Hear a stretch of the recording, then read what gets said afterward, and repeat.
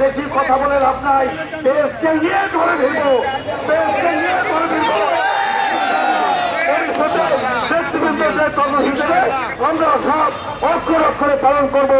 সবাই ঐক্যবদ্ধ থাকুন, ইনশাল্লাহ আমরা বিশাল বাবা নিয়ে ঘরে যাবো। নির্বাচনের আগে আমাদের প্রধান উপদেষ্টা বলেছিলেন আমরা একটা উৎসব মুখর নির্বাচন করব। তো আমাদের পেটে যদি খিদে রেখে আপনি উৎসব মুখর নির্বাচন করতে চান, সেটা কিভাবে সম্ভব এটা আমাদের মাথায় আসে না, আমরা কখনোই মানব না। আরেকটা বিষয় বলতে চাই, যে কথা বলতে চাই, আমাদের অন্তর্দেশটা বলেছেন, অন্তর্দেশটা বলেছেন একটু ধৈর্য ধরেন, বলে দিচ্ছি জানুয়ারি থেকে পুরাদরে দিতে না বললে আমরা আংশিকভাবে সেটাকে বাস্তবায়ন করব। কিন্তু হুট করে আমাদের জানানি উপদেশটা ঢুক থেকে আছে, আমাদের এই সুন্দর একটা পরিবেশের মধ্যে আগুন জ্বালিয়ে দিলেন। ওনার দায়িত্ব তো এটা না, ওনার দায়িত্ব একটা জ্বালানি নিয়ে কথা বলা, কথা বলা না। আপনি যেটা করেছেন 1200 টাকার সিলিন্ডার 2500 টাকা করেছেন, সেটাও করেছেন। আমাদেরকে নিয়ে একটা পে কমিশন খেলা খেলছেন। পে কমিশনের সেই দিন থেকে সিলিন্ডারের দাম 1200 টাকার থেকে 2500 টাকা করা হয়েছে। ঠিক আছে ভাই, ঠিক আছে, আপনার জ্বালা আমাদের সবার জ্বালা।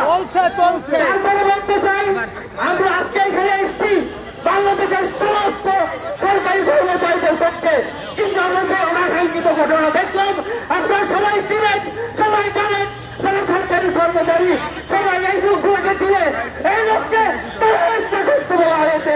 কিন্তু কখনোই না, আমি মনে করি এটা একটা ভ্রমণতা বুঝি, ওনাদেরকে জানা আমাদের একই জানা। সুতরাং বলতে চাই, কালকের মধ্যেই প্রজ্ঞাপন দিয়ে তাড়াতাড়ির জন্য আমরা প্রধান উপদেষ্টার নির্দেশনা মোতাবেক উৎসব মুখর ভোটে অংশগ্রহণ করতে পারি, সেই ব্যবস্থায় আপনারা করবেন।